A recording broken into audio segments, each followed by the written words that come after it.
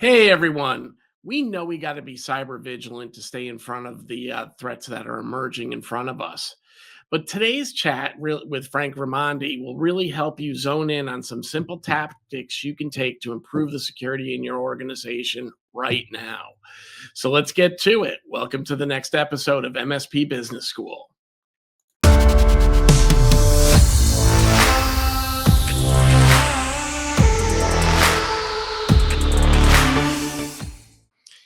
Hey everyone, welcome to the latest installment of MSP Business School. I'm Brian Doyle, as always, joining you here.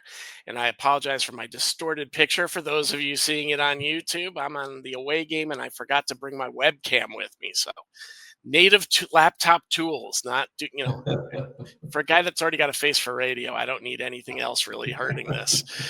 But as always, I like to say nobody's here for me; they're here for my guests, and I'm really excited today. It's somebody that's familiar to the show, one of the people that I love hanging out with on the road, and today joining me for a little fireside chat is Frank Raimondi from Nodeware. Frank, Hey, good good to morning. see you. Thanks, Brian. Thanks for the time and your overall effort on the MSP Business School. I love the consistency and outreach and educational play. It's wonderful. All of us have our little fun things, and I don't want to gloss over this. You just kicked off something new as well, and I want to help our listeners help find you. Uh, you've got a new little podcast going on with a new little partner. Why don't you share a little bit about that before Yeah, we get yeah. into our story? We added a long-term channel guy, Frank Gurney, to the company in the fall, and we've been brainstorming on different things, and we had different impetus to do it. But we, given that we're Frank and Frank, we're kind of like, well, should we do Frank and Beans, Frank and this, between two Franks, and we ended up doing, frankly speaking. So we're doing a monthly podcast, just with different guests, different topics, and very little commercial element to it. We're just gonna the first one we did, which is available on YouTube. You can look through Nodeware. Is on just how to add, why adding services to your MSP is valuable, and cybersecurity services in particular, things like penetration tests and third-party risk management and all that. So thanks for the plug, and I love to. Well, the next one we're mid-February. We're either going to be the 14th or the 13th or the 23rd. I don't know. We'll let you know. Listener, by the time we get this posted up, they'll probably have that date firmly up there, and we'll make sure that we have a link to that in the show notes as well. So if you want to jump in, we'll make sure that you can find the Franks, and frankly speaking. But today, Frank, I think we're going to talk a little bit about just general cyber hygiene. Something that has become, this cyber has been a conversation forever, but as we head into the start of any new year, people are looking at their new ways of communicating with their customers, new ways to kind of engage their customers. And, what are the topics that we're going to be talking about? And overall, cyber hygiene has really become a very important topic as people are finding things like cyber insurance carve outs happening when claims get made and more claim rejection. And everything starts with getting a little bit of a foundational push. So, I'll kick it off to you. Maybe you want to start the conversation a little bit on cyber hygiene. Yeah. So good point of where this is going. And a specific example is just looking at, maybe 2 years ago, 3 years ago, vulnerability assessment, right, was kind of a key thing of check the box. Yes, I'm doing this. Okay, here's my insurance, request and premium renewal. Good.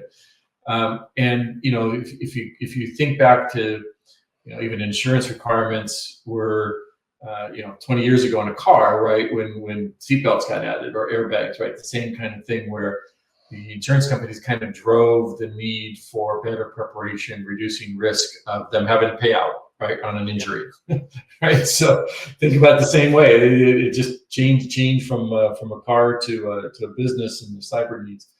And so part of that, if you're thinking about how do you reduce your risk, how do you reduce your health risk, right? The simple model of, you go to the doctor, they tell you to eat less and work out more and do better, and okay, you go away and you start doing these things, and it's like, yeah, but how do you really know whether that's going to work or not? And you go back again, kind of again proactively looking at, hey, can you test my scores? Can you see how I'm doing?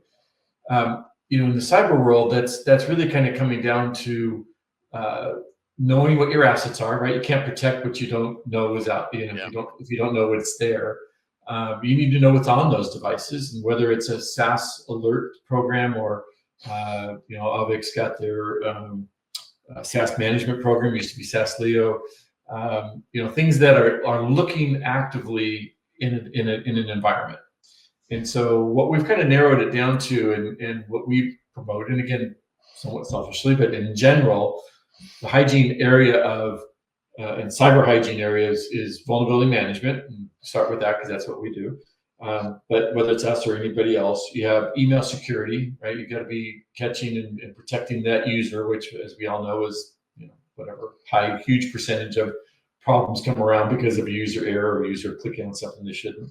The next one is MFA, right? Everybody knows MFA, and that's usually the first one that gets picked off by the insurance companies as being not compliant and not actually doing it in its grounds for dismissal of a claim.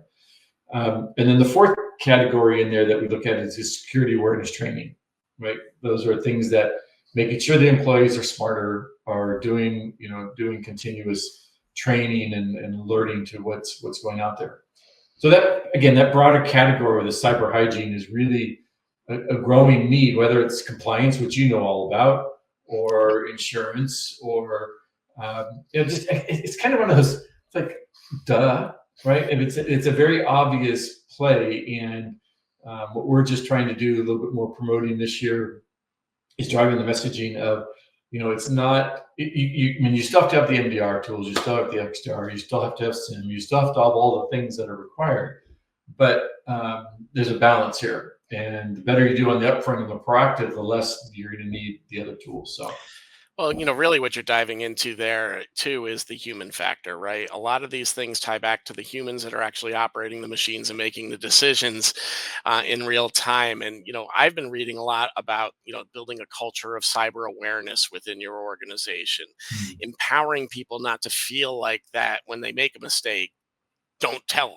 because you're going to get in trouble, but more, hey, I think I clicked on something. It might have been nothing. Let's communicate it out. Right. So yeah, when you start looking at cyber hygiene, it certainly starts with building an overall culture in your business that, hey, we all need to be vigilant. People make mistakes. Don't hide your mistakes. Come forward. Those aren't going to be punitive, right? And right. then that ties into everything you're talking about, knowing where your assets are, making sure these guys aren't bringing in rogue assets, Mhm. understanding shadow IT considerations through those tools like Saslio and SaaS Alerts, finding out what applications are running.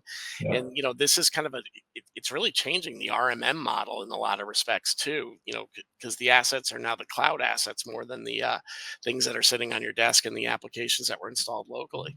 yeah, no, absolutely. No, it's really fascinating what people are finding in their environments, on their systems.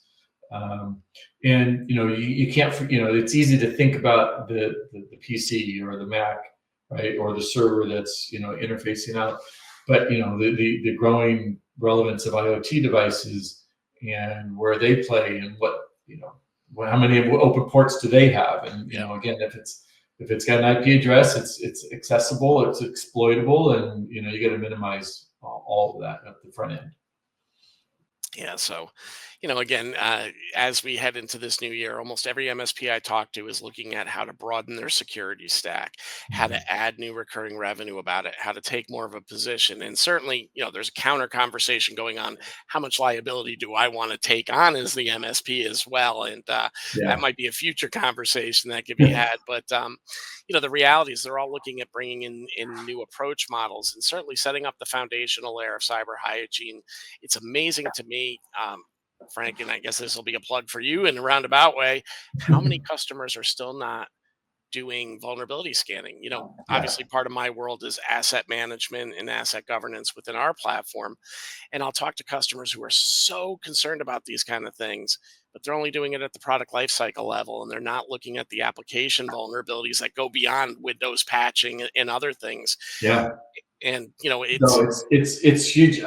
We see it a lot, and one of the again, there are resource constraints, right? There are issues that an MSP might have of, they might roll out, again, it's our program, somebody else's, they'll roll out vulnerability management, and they roll it to one or two customers because they specifically needed it or requested it or whatever. But they say, well, you know what, it came back with so much results that I don't have the time, the resources, the bodies to, if I roll this program out to everybody, then I'll have too much work. And it's like, that's not a good excuse, right? That's putting your head in the sand, as an ostrich would do. It's avoiding the obvious. And you were kind of referencing there that you got to start somewhere, right? And you got to have a path or a plan. And yeah, I'm gonna come back and I'm gonna see that I've got 10 devices with each of them has 3 critical vulnerabilities on it. Okay, well, and it might have 30 others, right? Okay, well, don't worry about the 30 others right now. Let's get the 3 that are really critical. Yeah. Or we've added a new feature of the APSS scoring, and which is a finer element of explaining and putting a percentage on the risk levels that device is going to be exploded, or that CVE is going to be exploded in the next 30 days. Could be on your device, could be on somebody else's, but it's another prioritization level of bringing this in. And so we're looking at partnerships with support organizations that can provide, maybe it's a 10-hour block, maybe it's a 20-hour, maybe it's a retainer time used, that can help an MSP without having to add the bodies, but still provide that extra level of protection. Somebody that could be versed on our product and some others, and help the MSP. If they see that an EPSS score of 90%, well, they attack it, they approach it, they fix it before the MSP's even known about it, right? So there's ways to get around this, and it's a bit of recognizing what's there, prioritizing the steps and the timing that you need to do those. But it kind of goes back to that being prepared, but also showing that you're doing something, right? If your customer does get breached, or if somebody says, well, I need you to doing all this. Well, you're showing a path, right? You're showing a progress, and you're making all best effort, right? Nobody can do everything, but you're making the best effort. And that's what it really comes down to. Well, Frank, I hear every day about how people tell me that their business reviews are falling flat, right? And part of that is because the focus isn't on the risk and isn't on what the customer needs to do to tighten their responsibility in some cases. And by showing that path and helping them understand where those gaps are, it's something that's real time. It's something that can be improved upon today. It doesn't really require a lot of capital outlay in most cases to make some of the corrections that come out of shadow IT, out of vulnerability management. Really, more it's it's making sure that you're communicating out to your team things that they shouldn't be doing, and then your tech teams are taking care of the small things behind the scenes, a lot of which could be automated. Yeah, no, absolutely. And I'll take it one sort of degree of more. It's a lot more complex, but a lot more involved. From vulnerability management is sort of stretching out to a penetration test, right? And a lot of people kind of mix those terms up, and so maybe we can do a little definition on that. But penetration test is an external third party, right? Vulnerability management, and MFA. You're doing that internally as the MSP. You protect. You're setting that up. But a penetration test is, after you've gone to the doctor and you've been told what you do, you go onto the treadmill and you do a stress test, right? And that's what a pen test is really taking an outside view, right? A white hat, hacker coming in and trying to do the bad stuff, right? And see where it goes and report out. And again, those, typically those produce a big report of specific actions and POAs and all that, right? Terms, right? They will go through and say, if somebody came into here and was able to connect there, and they were able to connect to that, they could have access to that. So, that plan, and again, that's a pretty detailed plan, and a lot of companies have to do these by, twice a year or at least once a year. And again, you're going to come back and see, oh my God, there's so much stuff that we need to do in here. But again, if you tackle and hit the priorities, make your progress, you'll have a better report next year. So. Yeah, and I mean that's a huge services opportunity for the MSP community too. Absolutely. Even if you don't have that skill set internal, Frank, I'll promote for you and put this out there, but your other hat is with IGI Global, which is really the services arm inside of your Right. organization. Yeah. And there's groups like yours that can go out and do these rather relatively cost effectively, where the MSP can make a little bit of margin too, Yeah. but Yeah. also really get versus some of the automated tools out there that you read about. You're getting the penetration test and human analyzing the result to really Yeah. Exactly. dictate what the output is. And I think a lot of the MSPs have shied away from the penetration test conversation because they just know they're not equipped to do it. Right. When they And should be, they really should yeah, be doing it anyway. I mean, no, if that's anything, you really want them being out there too, because in yeah. essence, that penetration test is going to maybe show you where you need to shore up on the customer's dime, Yeah. your Well, environment and I too. think there's yeah, and I think there's some hesitancy to promote a pen test because it's gonna divulge things that maybe the customer thought they were already done or But doing. I think there's a counter argument to that a MSP can very easily make. There's only one way to truly protect yourself: unplug everything and turn them off and unplug them, right? Yeah, come back And, in a yeah, year. and Yeah, obviously that's not feasible. But there's something to be said. Hey, new threats come out all the time. Networks get more complex. We continue to make additions, both what we manage for you and additions that you make on your own that sometimes we're not aware of. And by doing these tests, it gives us the opportunity to make sure that we're not getting too far away from where the core source is. And when you're having a cyber hygiene conversation, I think that's a very relevant one you can have with the customer, because again, that back door might not be through the MSPs doing, but they're afraid of showing it. It could be from a link somebody clicked on phishing wise, right? And now it's made an exploit that has yet to identify itself until you get a right. pen test. Yeah, no, absolutely. No, I think it's we're seeing actually with some of our customer sets, we're actually seeing that have been using Nodeware, sort of doing the right things. We've gotten, I don't know what the percentage is, but a large increase in this year, last month of 24, and so far this month of MSPs realizing that they do need the pen test, right? Yeah. And it can start at $3,500 cost for a reasonable starting point, but it's a true report with human eyes on it that is actionable, and their customers are recognizing they need it, right? Yeah. So um, it's a very interesting new tool to have in your toolbox, right? Again, it's something you offer, right? It's a margin play. You can buy it at X cost, and you don't even want to deal with the dollars. There's ways to just have the end user pay for it directly. You just kind of oversee it. I don't want to gloss over something though that you just said there, Frank, that kind of spurs a different conversation. MSPs are starting to get more aware of the problem starting with them, right? And they're becoming more vigilant and making sure that they're doing the right things. We used to always make the joke of, the shoemaker always takes care of their shoes last, right? Or whatever Yeah, that lovely saying is. I never get those right. But, yeah, the cobbler's son or something. yeah, something like that. But Yeah. everybody gets the gist. But what I'm seeing a trend to is more MSPs doing annual pen tests on themselves and their systems, Hmm. starting to go out and get SOC 2s.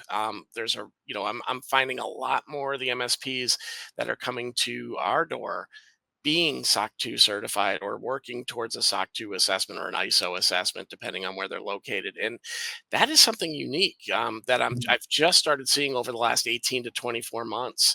Are And you seeing it as the 5-person MSP, or is this the 25 and beyond? they tend, I mean, to be fair, it tends to be a more mature MSP.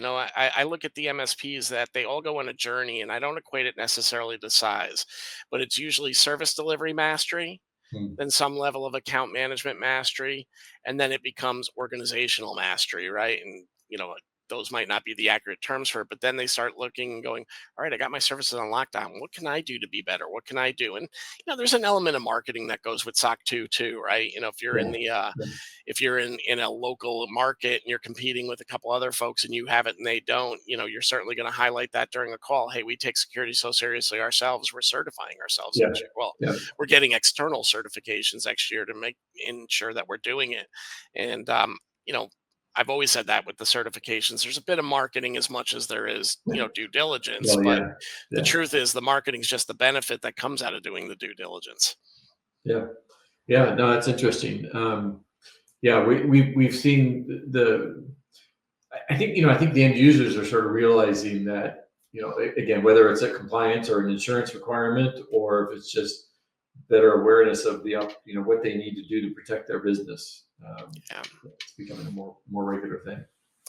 So we're getting Well, to. the other piece in that mix, I'll just add in there that that we've started offering, that is part of NIST, et cetera, is a third party risk management, right? Yep. So the supply chain management and risk management. Again, it's being required. It's both for the suppliers up to you or up to your customers, and then the links that your customer has into other people's in their customers. So there's some tools out there. We have one that's pretty powerful, that an MSP can offer. Right? It's something they really, if they're doing it on their own, it's on a spreadsheet that's just a pain in the ass to manage. Yeah, we're seeing that a lot, as well as our partner MSPs are doing governance as a service programs, leaning on our Cyberance GRC platform. We've got third-party risk management capabilities within there as well, Mm. and they're taking on those vendor assessment components, managing the remediation steps, making sure the risk is being mitigated. And this is a whole new opportunity that's really being driven through things like CMMC, where Yeah. your downstream vendors have to adhere to some level. Some absolutely have to adhere, some are guided to adhere. Some are truly required, some are just being told they should be. And it's really getting the customer more aware about third party risk management, which is really making it a nice story for the MSPs to tuck in. Yeah, no, absolutely. No, it's fascinating. It would be, as we go out on the road this year and sort of start, talking to more MSPs about what they're seeing, what their customers are asking for versus what they're trying to push, right? Yeah. And it's always a interesting tug of war back and forth of, showing value, showing your trusted advisor love status, showing, recommended to them, and they always have this, well, you're selling me more, why aren't you doing that already? So maybe the end user is starting to get a little bit more educated that, they need to be doing more, and they're less resistant to an MSP's offer. Let's hope, anyway, right? Yeah. Well, I think the big picture as we kind of get near the end of our time together here is the customers are becoming more aware that they need to do things. The push and pull about in resistance to cyber projects at a pure cost level, the customer is understanding it's not the cost of the tool anymore. They're really starting to understand it's the cost of the loss that needs to drive their action. Yeah, yeah, And that's a very fortuitous thing that's starting to occur, because that certainly benefits the MSPs that are trying to have these conversations. They're becoming met with less resistance, and I think overall in the in our country, in opposing countries, I think everybody's starting to understand cyber vigilance. They've seen the breaches, they've seen utilities get shut down, they've seen the things that make them understand, hey, we need to we need to be better. And it's yeah, really opening up doors, but more importantly, it's giving us the opportunity to share different ways that we can approach things. yeah. No, it's going to be it's going to be an interesting year as well. Just can you mention on in terms of regulations and watchdogs and things that are, I think a lot of things are going, it seems to be so far, and other Yep. things maybe coming up in their place. But the good, as you said, the good news is I think most end users are starting to realize that they're not immune, right? I think too many Yeah. people thought for so long, oh, I'm so small, who cares about me? And they're starting to well, simple example, right? How many texts you get a day of hi there, it's been a long time since we talked. Who are you? Or the UPS, package undeliverable, and It's all amazing. those things, right, are just crazy. And we, so it's. I think it's realizing, people are kind of realizing, oh, okay, maybe it is, maybe it's a random target, but it's a target, right? Those things, obviously, while bad in the big picture, are good in some cases, because it's really driving us. They always say everything starts at home, right? And Mhm. these are now cyber conversations that are happening at dinner tables that wouldn't have happened, with your younger connected kids, with your spouse. And all of a Yep. sudden you're saying, just don't click on links. If you don't know where it's coming from and you weren't expecting it, it's probably not real, right? Yeah. And these are things that 10 years ago we were never discussing internally, but now is common conversation. And I think Yep. those that are running small businesses look at it and go, all right, well, if I got this problem with the five people sitting around my kitchen table right now, I got 50 of them that are eating at my lunch table at work, and it's the same, the same habits are going on there. And Yeah, I yeah, know it sounds so primitive, but when you started something that really is personal, all of a sudden it kind of translates into, wow, can this be happening to my bigger picture, right? And I yeah, think that's yeah. what's really driving the The one, conversations forward. yeah, no, and one of the folks I talked with this week that he's got a free service. It's uh, check text at shoot. No, I'm messing up. I'll have to put it in. I'll send it to you for the notes. Yeah, so we can put it in the But it's, notes. but it's a service where basically for free you can, if you get one of these texts and it kind of looks legitimate, but maybe it's not, take a screenshot, send it this email, and they kind of are gathering more and more resources on evaluating. Stay away, or no, this one's legit. It's just whatever. So it's just again a little comfort level to pass along to your customers, because again we're getting so many of these in a day that it's like, oh my god, Yeah. just you know. I bet you, I mean, this probably speaks to me being a mid 50s guy, right? I get more texts that are junk texts than I probably do legitimate texts during the course of a day. Right. Very, very likely, But absolutely. anyhow, well, Frank, any closing thoughts before we wrap up today? No, I mean, again, I think just be practical, right, with your customers. Be proactive, right? It's the bottom line, right? Your customers need to be more proactive about protecting themselves, and you can help them do that. So think about these cyber hygiene elements. We're one piece of it. We'd love to talk to anybody that has a question or just wants to chat through how they can approach their customers. And again, I think generally this is not a selling an individual product discussion. It's selling the promise of protection and proactive protection. So think about it as these four things we talked about is cyber hygiene, right? Vulnerability management, MFA, security, email security, and security awareness training. Those are things that that's a 4 for 4, right? If you're not selling all four of these, you're not doing.